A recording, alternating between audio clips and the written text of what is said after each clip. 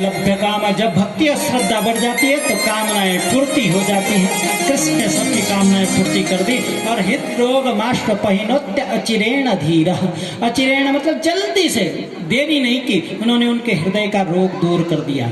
श्रीमद् भागवत महापुराण में 335 अध्याय है, 12 स्कंद है, तो 10वें स्कंद में 5 अध्याय आते हैं, इन्हें कहते हैं रास पंचाध्याय।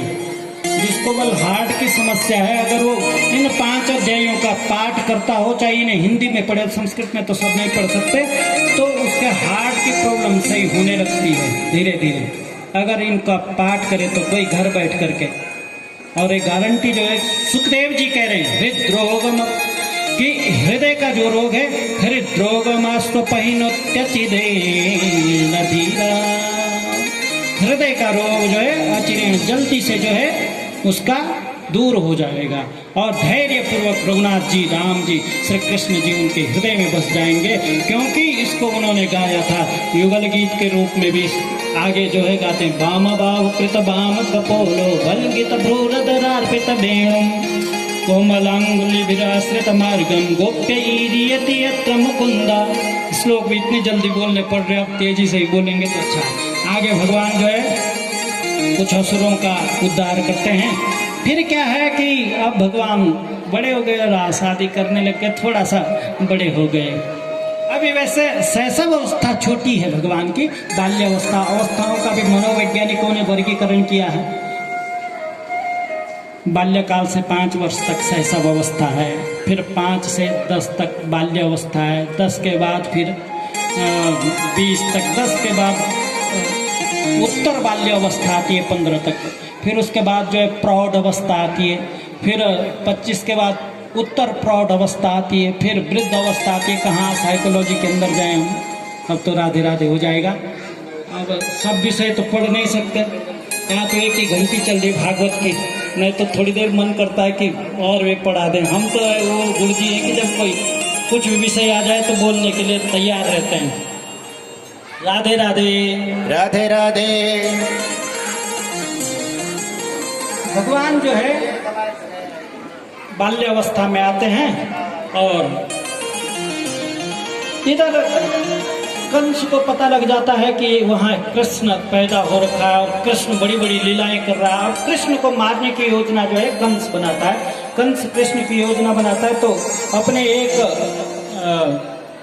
मंत्री अक्रूर को वहाँ भेजता है, जो कृष्ण का भी रिश्ते में कुछ लगता है। नंद बाबा के पास भेजता है कि तुम कृष्ण को लेकर के आओ। अक्रूर जो है वृंदावन में आता है, नंद बाबा और भगवती यशोदा से कहता है अक्रूर कि कृष्ण को ना हम मेला देखने जो है मथुरा ले जाना चाहते हैं। मथुरा क्या है? राजधानी। कल मैंने कहा था ब्रज की राजधानी मथुरा है, जहाँ का राजा कंस है। बोला हम वहाँ ले जाना चाहते हैं। तो अक्रूर जो है बहला फुसला करके माताओं को, और भगवान श्री कृष्ण भी जाना चाहते हैं क्योंकि राक्षस का वध करना है। तो भगवान श्री कृष्ण जो है कंस के साथ वहाँ जाते हैं और कंस के साथ अक्रूर के साथ जो है मथुरा जाते हैं।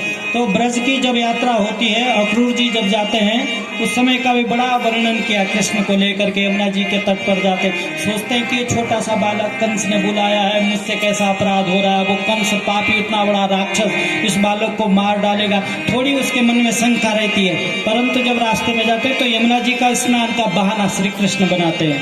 बोला यमुना जी स्नान करते हैं, अक्रूर भी यमुना जी में स्नान करने के लिए जाता है। तो अक्रूर चिंता अभी है कि अब मैं अपने हाथों से मारने ले जा रहा है इसे वहाँ दुष्ट के पास।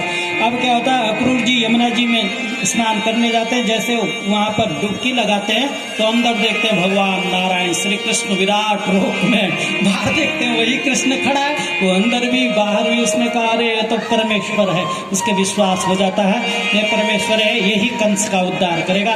जब वहाँ जाते हैं तो कंस ने क्या कर रखा है, योजना बना रखी है। आज की भाषा में कहें तो एक नया सा स्टेडियम बना रखा है, युद्ध क्षेत्र बनाया है स्पेशल, और उसकी ओपनिंग की है।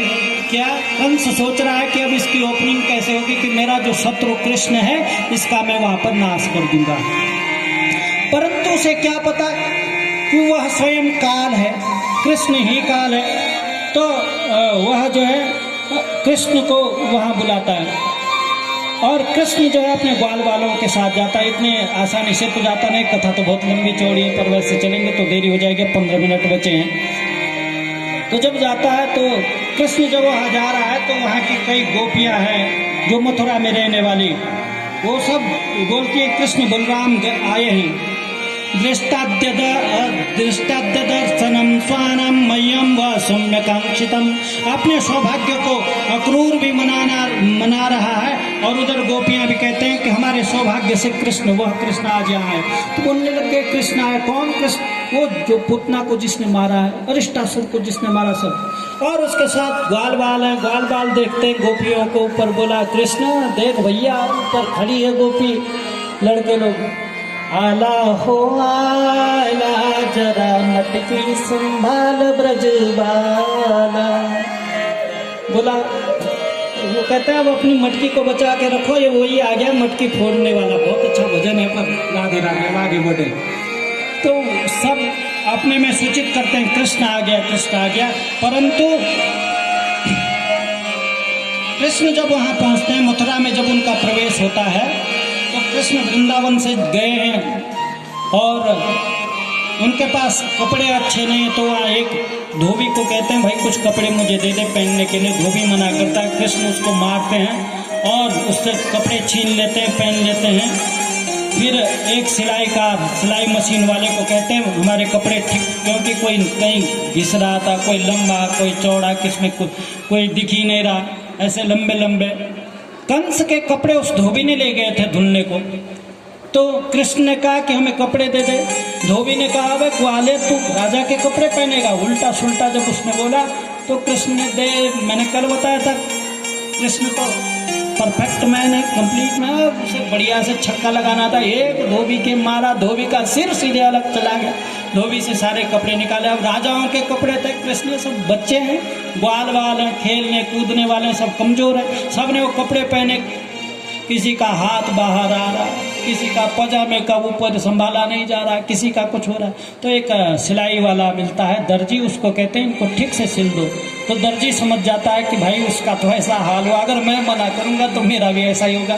तो दर्जी ने कहा ठीक है जल्दी से कर देता। अरे भांजे तो भांजा है, देख